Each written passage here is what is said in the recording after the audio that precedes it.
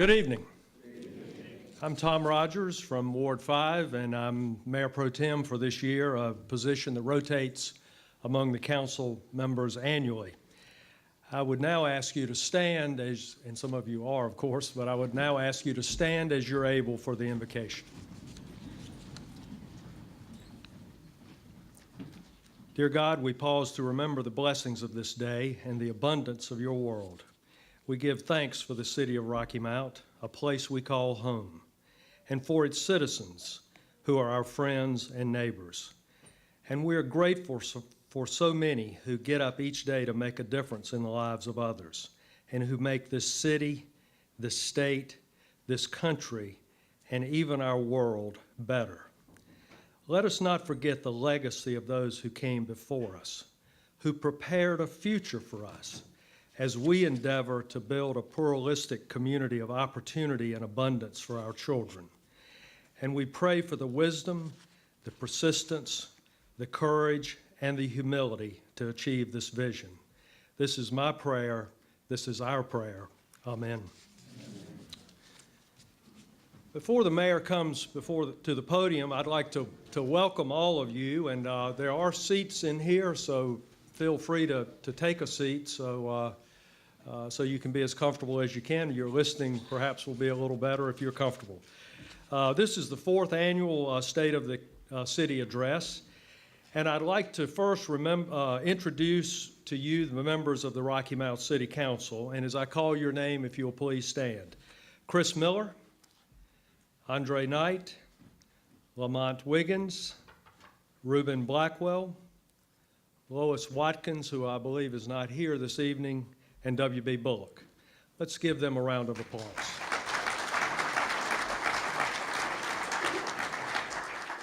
And I'd like to acknowledge that former council member Tom Looney is in the back. Tom, if you'll raise your hand, we appreciate you being here this evening.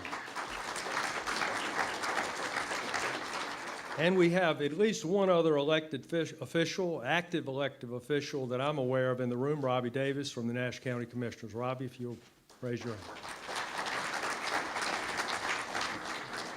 I'd now like to recognize City Manager Charles Penny. Charles, if you'll stand, please. I'm going to introduce several people, so if you'll stand and hold your applause. City Clerk Pam Casey, not sure where Pam is. City Attorney Jeff Rose. And it's also important to recognize our Assistant City Managers Tasha Logan Ford, Thomas Moden, and all of our department heads, including newly sworn in Fire Chief Varnell.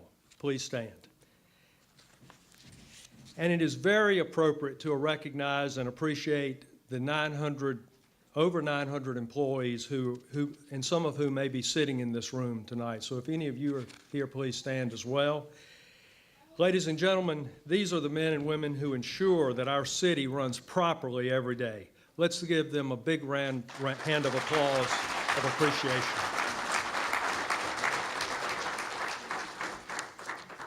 Now, it's very obvious that there are a number of Boy Scouts and their leaders in the room this evening, and I'm pretty sure they're here to fulfill one of their requirements for the Citizenship in the Community Award.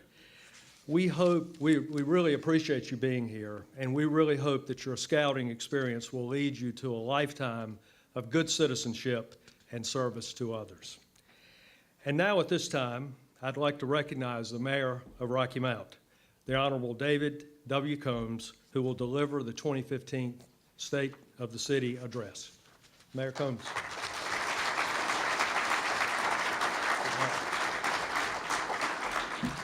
Thank you, Tom. Again, I want to thank all of our city staff for being here tonight.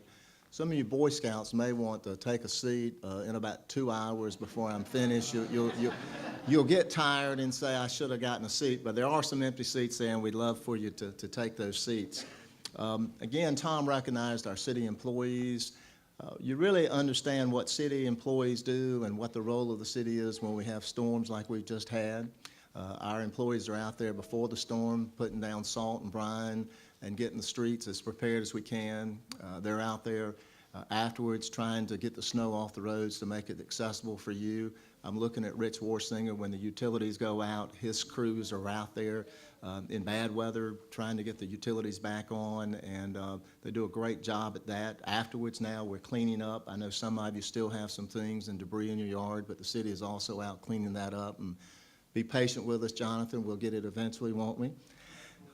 So we do thank you for being patient with us, but our city does a lot on a day-to-day basis that we all take a lot for granted. But when we have an event in our community, they really respond in a great way, so I want to thank them for that. I'm going to go over a number of things tonight. I'm going to start off with our local economy and just talk a little bit about some things that are going on in Rocky Mount. First off, when I became mayor, it was 7 years ago. It was right at the beginning of a recession. And I don't think anybody would go out and run for mayor knowing that you were getting ready to have a major recession in the country, but we did, and we've worked through a lot of things as far as the city. Some of you personally and your businesses have also done that. At the height of the recession, our unemployment rate in Rocky Mount was somewhere around 14% if you looked at our whole MSA in our area. And an MSA for us includes the city of Rocky Mount in both Nash and Edgecombe counties. We're big enough to be a metropolitan area, and I'll talk about that a little bit in a minute. Somewhere like Wilson's a little smaller, so they're not considered an MSA. But in our MSA, it was somewhere around 14%. In December of last year, our unemployment was at 9.3% as far as the city's concerned. Right now, our unemployment rate in Rocky Mount is 7.6%. In our MSA, it is around 7.7%. Nash is a little bit lower than Edgecombe. I think it's about 6.5%. Is that right, Robbie? Somewhere in that range. And Edgecombe is around 8%. But a dramatic reduction from where we were at the height of the recession. So unemployment is down, which means more people are working in our community. One of the areas that I want to make an announcement tonight, some of you may know this, but Hospira had an offer made by Pfizer Drug Company to purchase that facility. I talked with the plant manager last week, and they don't see any major changes at this plant. In fact, they have announced and have already gotten permits to do a $160 million expansion at Hospira, which will soon become Pfizer. This is something they were planning before Pfizer bought them, and they're still continuing to with this new development out at Hospira. Hospira is our largest employee. It has about 3,000 employees, and the hope is that with the Pfizer purchase, they'll also look at other continued new development and new production out at the Hospira site, which will soon be Pfizer. It'll take about 6 to 8 months for that to happen, but I don't think there's any opposition to it at this point, but they've got to go through all the government regulations to get to the next step. I also talked to the plant manager of Cummins Diesel, which is, I think, our second largest employee here in Rocky Mount. They have about 2,000 employees. Last year, 2014, was their second best year since they've been in business in Rocky Mount. They built and shipped 160,000 engines out of the Rocky Mount engine plant last year. They're currently manufacturing 650 engines per day out of that plant. They're here to stay. This is one of their largest plants and one of their most successful plants that Cummins Diesel has, and we're glad to have them in Rocky Mount. They also brought a new marine line, which manufactures marine engines, last year to Rocky Mount, and that added a few employees, but they still have around 2,000, and their production and demand for their product continues to be strong through the end of this year, so we look for continued success out there. On a smaller note, we've had 2 new companies open in the last year. One was called Nut Cow. It's an Italian company. I think they're in production now. If they're not fully productive, they're in test runs right now, and so they're out at the Gold Rock Business Park. They went into a new facility. It's about a $7 million investment out there. Great young people here in our community. Couldn't ask for a cuter, more, I guess, a couple in our community that bring a lot to Rocky Mount. Being Italian, they bring a little different flavor. The other company that opened up in what was the room store on Tanner Road, it's a 340,000 square foot facility. They renovated that and are using a large portion of that right now. They have 80 to 100 employees, and Nut Cow has 80 to 100 employees out there when they're up and fully running. So those are a couple of new businesses that have come to our community in the last year, and hopefully there'll be some others the coming year. If you're talking about spending in Rocky Mount, again, going back to our MSA, there's about $2 billion a year that's spent in our area, in our MSA between both counties and the city of Rocky Mount. And 60% of that is spent inside the city of Rocky Mount. So we're still the largest area in terms of where the tax base and the spending happens in our two-county area. Continuing to expand our retail base, and a lot of this is done through the Chamber of Commerce with our business recruiter. Right now, in talking to him, we've got 3 national retailers looking at moving into Rocky Mount. They've been in a number of times and still looking at Rocky Mount. There's a developer out of Charlotte right now that's identified 15 acres along Westland Boulevard that would add another 130,000 square feet of retail space in the city of Rocky Mount. He's got 2 large national chains that are working with him right now, and if that happens, then we'll see both of those come to Rocky Mount. We've also had corporate approval for a restaurant to come here. They're looking at 2 sites in the city of Rocky Mount right now, and they have gotten corporate approval, and hopefully those will be identified and opening somewhere in 2015. Buffalo Wild Wings has made a commitment here. They're getting ready to spend $2.5 million on a new restaurant here in Rocky Mount. They will employ about 30 people in their restaurant. We have a new business over at Edgecombe Shopping Center called Simply Fashions that have just opened. General Dollar opened up a new store on Sunset Avenue. It is a $2 million prototype store. They've not built this store before, so this is a new prototype. And again, some of our new regulations in Rocky Mount demanded that that store be different.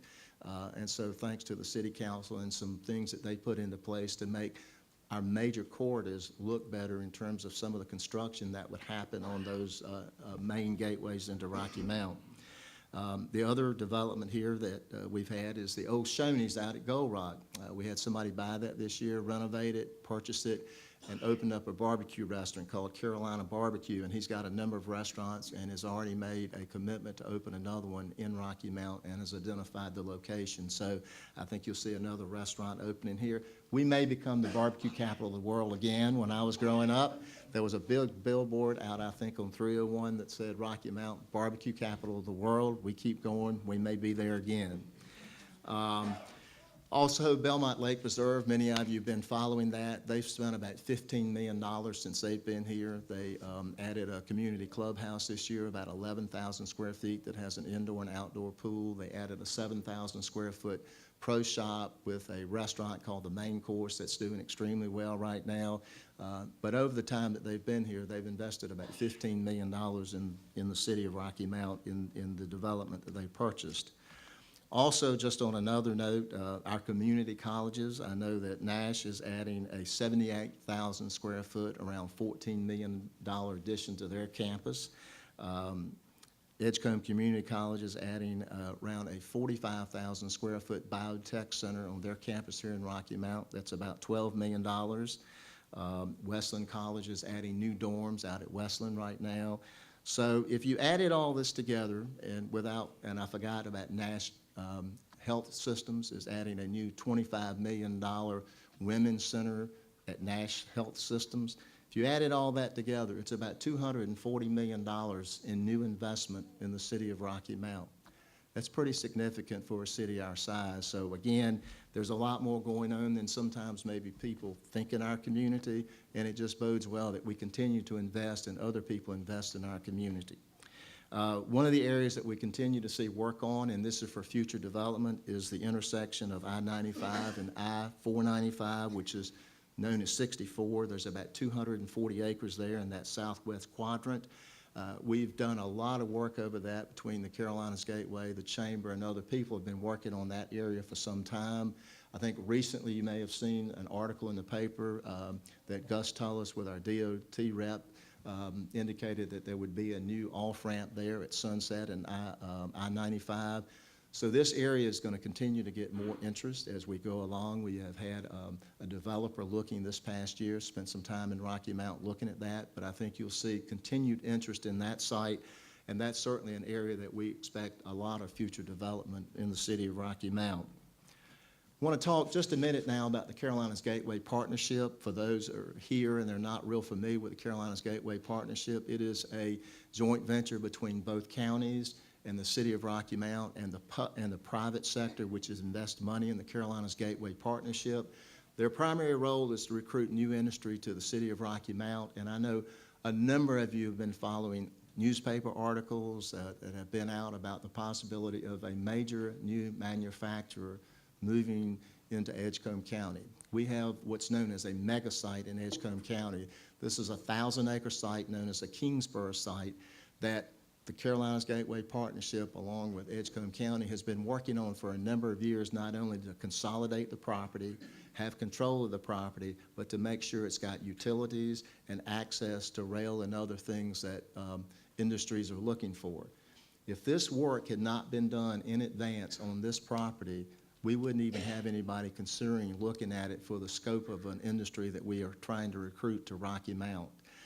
When the governor was here several weeks ago, he mentioned it. He did take a trip to Europe, and part of that trip was to recruit a business to that site. So we're down to a very short list here. It would be a game changer for the city of Rocky Mount, and we're hopeful, but we still have competition out there, and we're going through that. But a lot of work has been done, and the Carolinas Gateway Partnership is kind of the lead person on this, and they do a great job in the city of Rocky Mount in terms of that business recruitment, industry recruitment that we need so badly in our community. I want to thank the Gateway Partnership and the Rocky Mount Chamber of Commerce for the work they do here in the city of Rocky Mount. They are both critical for small businesses as well as large industry coming to the city of Rocky Mount, and they're critical to our success here in the city. One of the things I saw recently in the paper, which some of you are concerned about, is the gas pipeline. This is a 550-mile gas line that would start in West Virginia. It would come through Virginia and go into parts of particularly eastern North Carolina. Currently, all of our gas comes from the Gulf of Mexico. There's a pipeline that comes up the East Coast, goes through North Carolina, and we have a pipeline that comes from that into Rocky Mount for our natural gas. It would give us another access point here in the city of Rocky Mount for our natural gas needs, and we may need that at some point in time. There's a lot of concern from the public about safety as it relates to gas pipelines. The indication that if it's done, there would be 738 construction jobs and 52 permanent jobs associated with the gas pipeline. I'm sure you'll hear a lot more about that, and there'll be a lot more public hearings before this occurs. I want to talk a minute about public safety. We spend about 39% of our annual operating budget on public safety here in the city of Rocky Mount, so we take it very, very seriously. We had a report from the Chief Moore, at our last city council meeting, and he reported that we had the lowest crime rate in the city of Rocky Mount in the last 31 years. Since 1983, it's been since we had a crime rate lower than what we had in 2014. I think we need to, that's a round of applause right there. Chief Moore's put a lot of new programs and actions into place, and some of those are starting to pay off.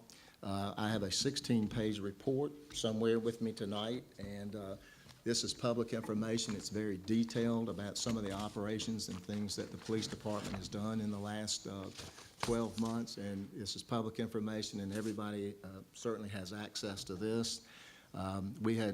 Our property crime was down 16.9%. Our violent crime was down 10.9%. We continue here in the city of Rocky Mount to work with federal and state agencies. In fact, we have 5 of our officers that are assigned to federal agencies to work along with them. So that's something that we continue to do here in Rocky Mount to make sure that we have progress as it relates to interaction with federal and state agencies. We continue to work to get guns off the street in Rocky Mount. Last year, we took 369 guns off the street of Rocky Mount, and over an 8-year period, we've taken over 2,700 guns off the streets of Rocky Mount. So it's an important piece here in Rocky Mount. Last year, we had 2 major operations in the police department that resulted, and the largest one was called Operation Cerberus. I think I said that right. It resulted in 404 arrests. and there were 634 arrest warrants served. It was a joint operations with the U.S. Marshal Service and local, state, and other federal agencies. In 2014, we had 28 federal indictments here in Rocky Mount. These are trying to get the worst of the worst off the street and send them through the federal system. When they go through the federal system, they're going to be going for a while. So we are encouraged at times that we can take people through the federal system because it means that they are going to be off our streets for a pretty long time. One of the new initiatives that Chief Moore's done this year is called community policing that he's put into place. And part of that involves getting our communities involved with our police departments. A lot of things that happen within a community, only those people that live in that community are really aware of. They know what's going on in their community. So we're trying to build a relationship between the police department and our communities here in Rocky Mount. So when our police are in those neighborhoods, they know people in those neighborhoods, and those people will let the police department know what's going on. It's a model that's being used in other parts of the country, and it seems to be working well here in Rocky Mount. The other thing that we're doing is being proactive. Because of incidences like Ferguson, we want to be proactive rather than reactive. One of the things that Chief Moore wanted when he came to the city of Rocky Mount and looked at our police department is more training for our officers. So he came to the city council and asked for a budget that included more money for training, and he's continued to do that. One of the major initiatives this year was a program called Fair and Impartial Policing. We have had all 160 sworn officers go through this program in the city of Rocky Mount. We're the only police department in the state of North Carolina where all of our officers have been through this program. And again, this is our effort to make sure that we are being fair and impartial when we're doing our work as far as the police force is concerned. Talk a minute about the fire department. We have a new chief here. Thank you for being here tonight.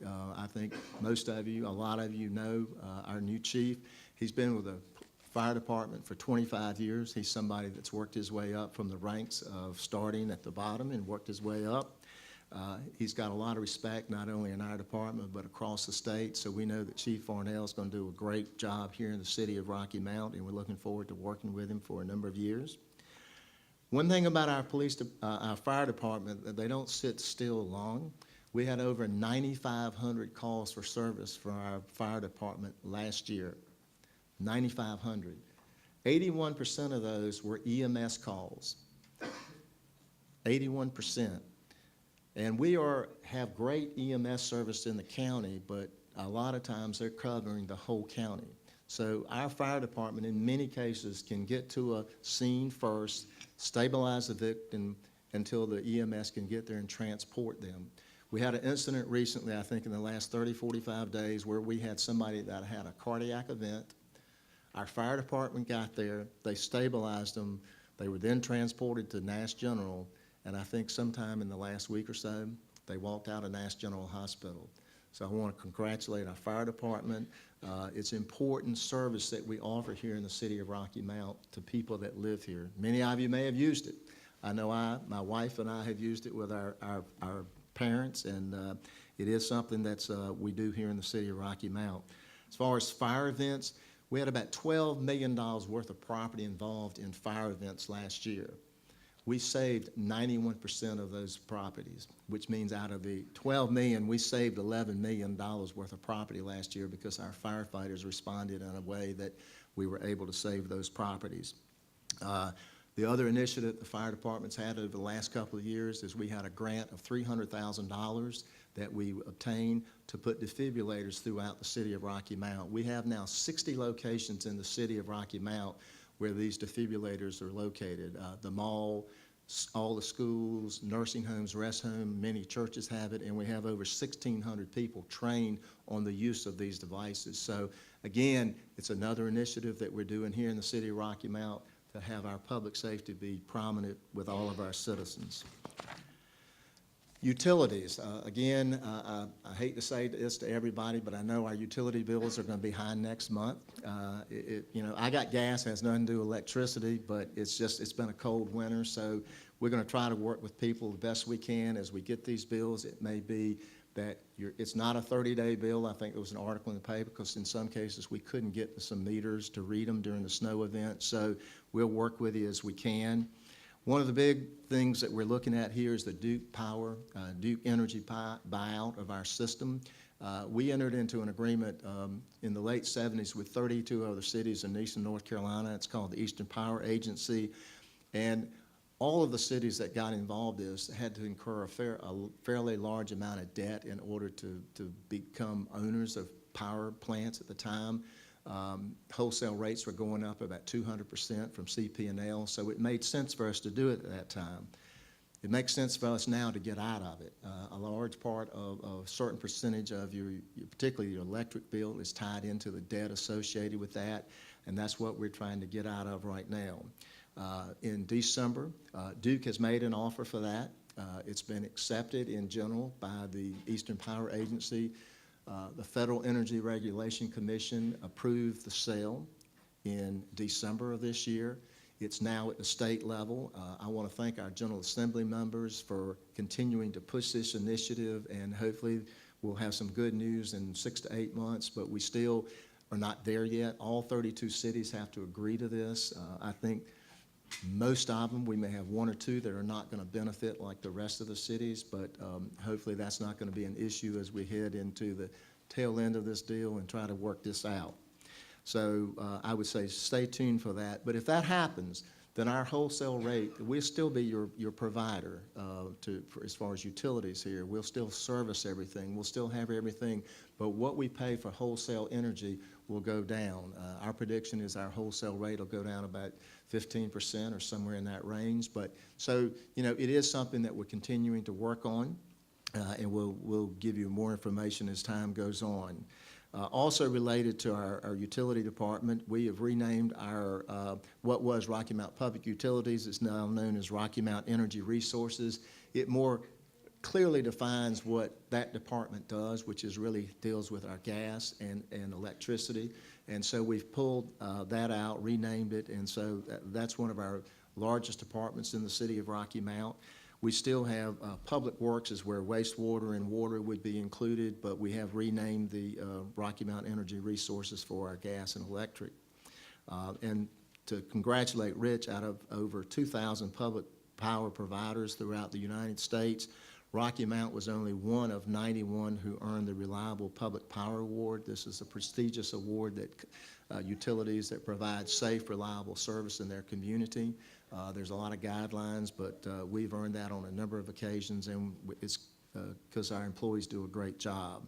Other things that we would talk about here is we continue to expand our gas lines. There's a lot of industry and large farmers in our area that have wanted access to natural gas. We're providing it with them, and again, it's created a good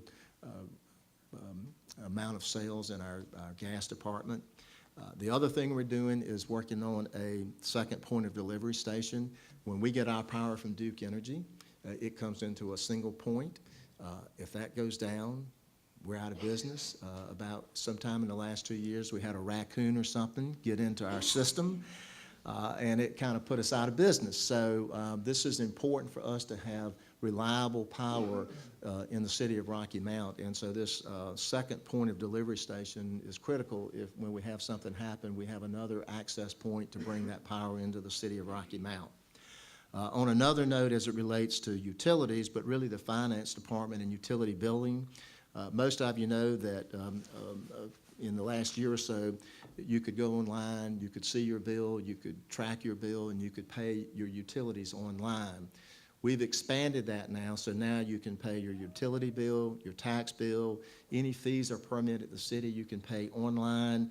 You can use credit cards, debit cards, and e-checks now for those payments in the city of Rocky Mount. So we have gotten all that straight, and a lot of people are using that. We still have a lot of people that still would rather come in and pay it here, and so at times you've seen long lines downstairs, you've seen people in traffic outside. So one of the other things that we're doing is City of Rocky Mount has just purchased the Southern Bank building across the street. Southern Bank is getting ready, in fact, March 18th, to have a groundbreaking to build a new 3-story banking facility in downtown Rocky Mount. City of Rocky Mount has purchased that facility, which allows us to consolidate our customer service department, our billing department, our cashiers, call center, and field services. We had already had this in our long-range capital plan to build a facility to house all these, but this will get us there a little bit quicker. Southern Bank's going to lease the building back for 2 years as they build their building, so we are going to have to do some re-upfitting in the building, and the rental income will offset most of what we would spend on that building. So we're working with the bank, they're working with us, but it is within 2 years we should be in that building and have all those departments consolidated. I'm not going to talk long about Parks and Rec. We've got a lot of things going on all the time. You can go online and see that, but I will mention 2 things. One is our dog park. It's been something that we've had a lot of people have a lot of interest in. We're having our groundbreaking there on April 11th. It's over at the old Riverside Apartments complex that got flooded in 1999. This is a dog park for off-the-leash type situations. So if you want to take your dog somewhere and let them run and play, it's open now, but we're having the official groundbreaking April 11th. The other thing that we're doing here, and I think people have read about this, is the South Rocky Mount Community Center renovations. I think they opened the bids today on that facility, so that's a project that will be moving ahead very soon. We'll get started on that. This is a facility that's been extremely well used over the years. It's 35 years old, and so we needed to renovate and do some work over there, which we're currently doing. Not going to spend a lot on this, but I do want to mention that we do have a White House initiative here in Rocky Mount. It's called SC2, better known as Strong Cities, Strong Communities. It's concentrated in economically distressed parts of the country. When this program rolled out, there were 7 or 8 the first go-around cities across the United States.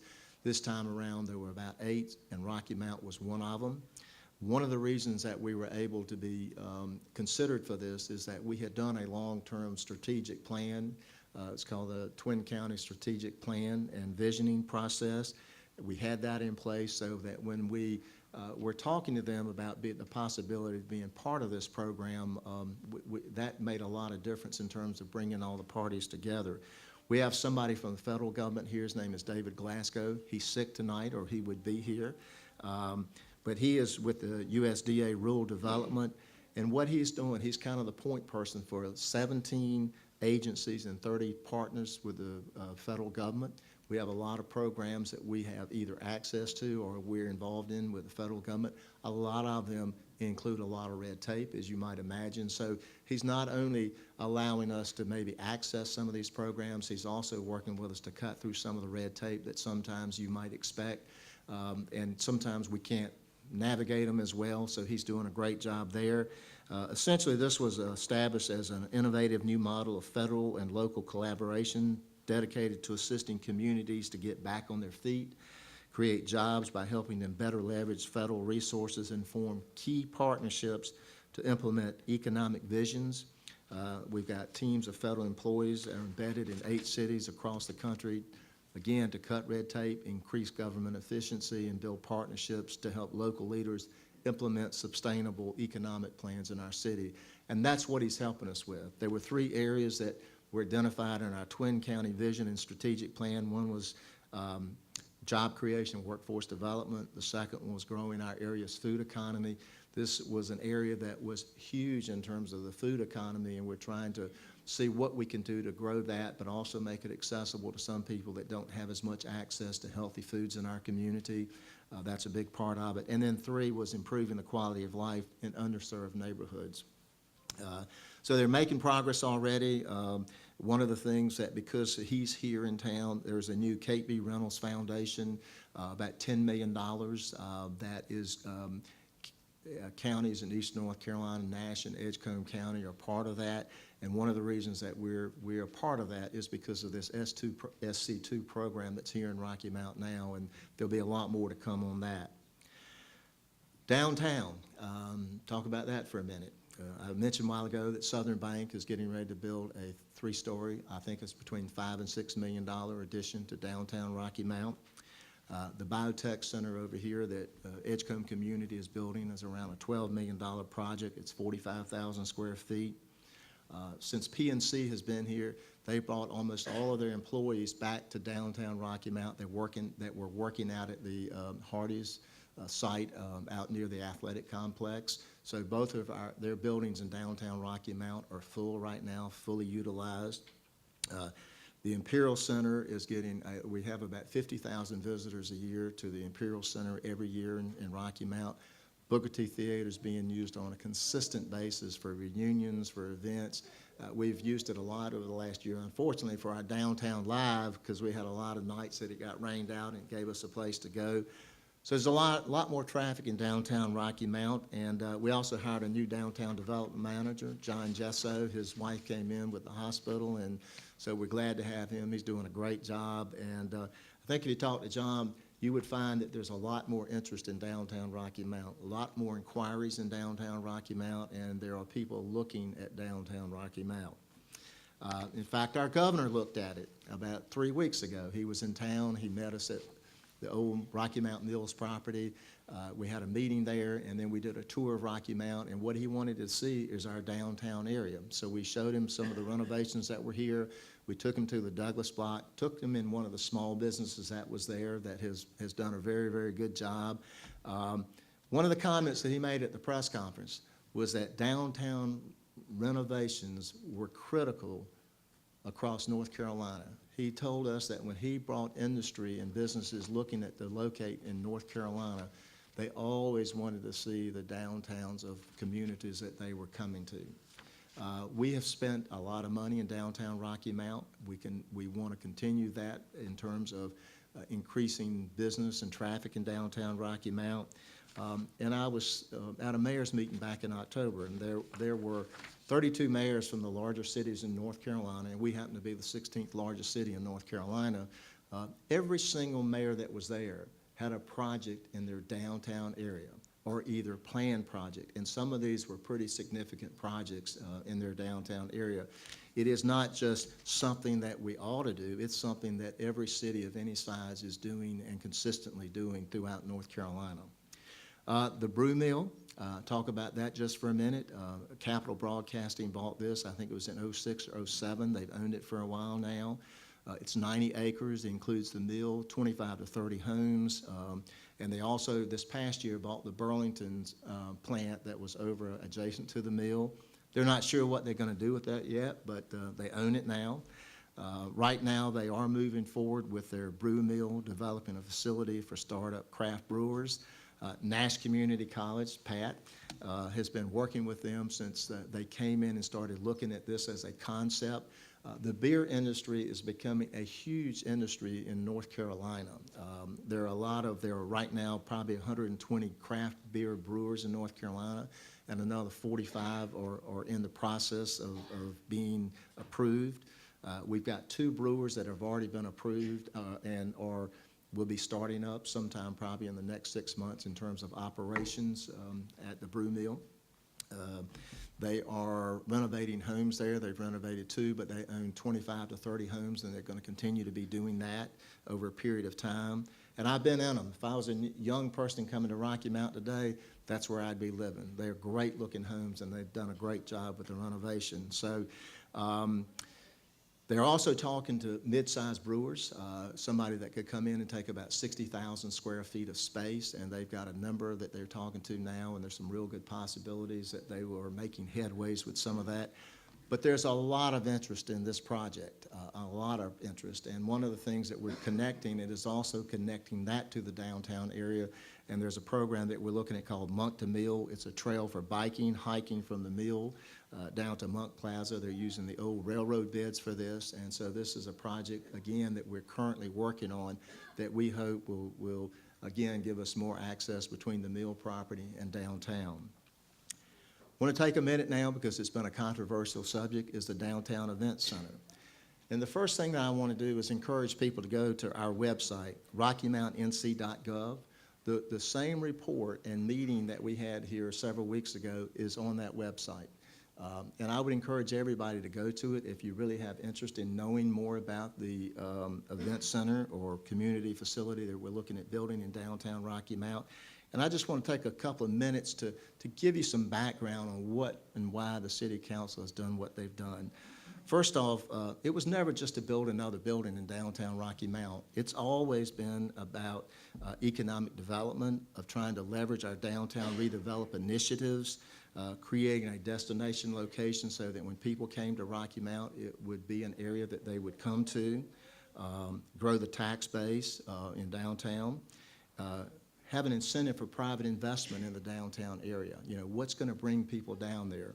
And then the last thing is to try to minimize the cost to the public in terms of building a facility like this. One of the things that we've done is try to do our due diligence. We've done 2 feasibility studies. The first one was done by a company called AECOM. It's a national company, recognized across the country. They did what I call the 1,000-foot view to say, is this a feasibility study? Does it make sense to do this? And is there a market for this in our community? They came back and indicated that there was, but there was still a lot of information that probably we needed to gather. And so some of that process has also made us look probably a little closer at possibility of a facility like this. And so we hired another company to do the study, and this is not unusual. If I see Rob Barnhill back there, and when you do feasibility studies, sometimes there's a phase 1 and a phase 2 in order to get things done, particularly as it relates to environmental and other issues. So, but Sports Advisories, Sports Facility Advisories is a company that what I'd say they did the 100-foot view. They did a detailed economic analysis, looking at operation cost and income, and looked at our programming and events that would be anticipated in this facility. And I just want to mention a couple of things. This is not a convention center. It's not a theater. It's not the Randy Pardon Theater. We're not in Roanoke Rapids. We're in Rocky Mount, North Carolina. And the last thing I'd like to say is none of us, myself, the city manager, or any member of the Rocky Mount City Council want to build a facility that is not successful. We're not doing this because we think it, is not going to do well. But again, as a city, what do you want to be? Where do you want to put investments? If you look at the other cities across North Carolina, they continue to make investments in their community. If you look at all the things that I just talked about in terms of what we have here that people are investing in Rocky Mount, our community college, our North Carolina Wesleyan, our hospital, we have to continue to invest in our community if we want it to continue to grow. If we want our community to be different and continue to be a leader in eastern North Carolina. You know, right now there are 400 cities, towns, and villages in the city in North Carolina, and we're the 9th largest state. We happen to be the 16th largest city in North Carolina. There are only 36 cities in North Carolina that have a population over 25,000 people. So if we're going to be leaders, if we're going to be a metropolitan area, then what are we going to do different to stand out? What are we going to do to draw people to this community? So FSA, which is a company, and companies across the country do feasibility studies all the time. If you had a hotel that wanted to come to Rocky Mount tomorrow, they would do a feasibility study. Does it make sense to put here? Is it financially feasible? Is it going to work in this community? So banks and lenders across the country require these before they even make any money. So the reports, and this is a company that's got $4 billion in planned or operational facilities. The reports they do are institutional grade performance, and they're used by bank and investment banks across the country. All of their facilities that they've done an analysis on and managed have met or outperformed their analysis. And because of their input, so the opposition to the event center has also helped us in some ways because it made us refocus what we were doing. And because of their input, what we're doing now is focusing this facility to leverage what we've already done in the city of Rocky Mount in terms of the sports complex. And our focus now is on youth and amateur sports, with about 75% of the events that would be in this facility would be sports related. Our goal is to create a family entertainment center, a customized facility for our city. It would be a collection of sports services. You might have hardwood today and roll out AstroTurf tomorrow and play indoor soccer. There'd be a recreational venue to attract local and out-of-town visitors. There are no fixed seats. These would be telescoping seats so that you could have 16 volleyball courts today. And if you saw the news last night, Raleigh had a major volleyball tournament in downtown Raleigh over the weekend. You could have 16 volleyball courts one day, 8 basketball courts the next, 5,000-seat concert venue. You could have an expo there. You could have a graduation there. This is a multi-use facility. This is not fixed seats that you can only do one thing in. And people say, well, people won't come to Rocky Mount to that. They're already coming. We had 80,000 visitors last year come to our sports complex at the city of Rocky Mount. We had 20,000 other visitors. These were athletes, 80,000. This was 20,000 people that came as spectators to that. There are no hotels around there. There are no motels around there. But they came to Rocky Mount because we had the venues and the programming that brought them there. So are they going to come? They're already coming. So again, there's no facility like this in our area. This is a $200 billion a year market if you talk to the National Association of Sports Commission, and 27% of all tourism dollars spent in the United States are spent around trips related to sports. The economic impact is pretty substantial. In years 1 through 5, it would bring about $70 million in new money to the city of Rocky Mount. That's spending inside the city. Years 1 through 10, according to their analysis, $264 million over a 10-year period. It has a positive cash flow, is their predictions, by year 4. Is there a long-term debt involved in it? Yes, there will be. But the cost, I've heard people mention $50 million. This has never been, I don't know where $50 million came from, but it's $40 million or under is what we're looking at. Will there be some long-term financing? Yes, and we're talking to some investment banks now. One of them is a 100-year-old institution. We're looking at rates that are very, very favorable at this point in time, and we would finance it. But here's the deal. People say, what's the real cost to me? And that's what I want people to understand. This city council has always said, if it costs more than 6 cents, not percent, on the tax rate, we can't do it. Now, I want to put that in perspective because, and I see one of our council members that was here back and made some great decisions to do the Imperial Center and the sports complex. Those totaled about $42 million here in Rocky Mount. The city council had a 4-cent increase one year and a 2-cent increase the next year in order to help pay for these facilities. So there's already a model that we've done this here in the city of Rocky Mount. So it's not something that the voters voted on. The city council decided this was a good investment, and I want to thank you, Tom, for doing that because I think both of these facilities have been outstanding facilities here in the city of Rocky Mount. So I ask you, I'm not trying to convince you one way or the other. What I want you to do is get the correct information that the city council has. Now, I'm sure tomorrow on Facebook and Twitter and everything else, somebody will be saying what I said tonight, and that's okay. But what I want you to do as citizens of Rocky Mount is to go and find that information for yourself and take a look at it. A couple of quotes there as it relates to that. Barbara Bush said, you don't just luck into things, you build them step by step, whether it's friendships or opportunities. We think there are opportunities here in the city of Rocky Mount. Thomas Watson, who was the chairman of IBM, said, whenever an individual or business decides that success has been attained, progress stops. We've made a lot of progress in Rocky Mount, but we got to continue to work on that progress. And that last, John F. Kennedy said, there are risks and cost to action, but they're far less than the long-range risks of comfortable inaction. We know there's always a risk, and no matter what we do, if you're a business person or even in your personal life when you make decisions, there are risks involved in it. The idea is to reduce those risks to a point where they're palatable and that we can live with those risks, and that's what we've been trying to do. I'm at an end now, but our public information director would get at me if I didn't just tell you that what you need to do to find out about what's going on in Rocky Mount is go to www.rockymountnc.gov.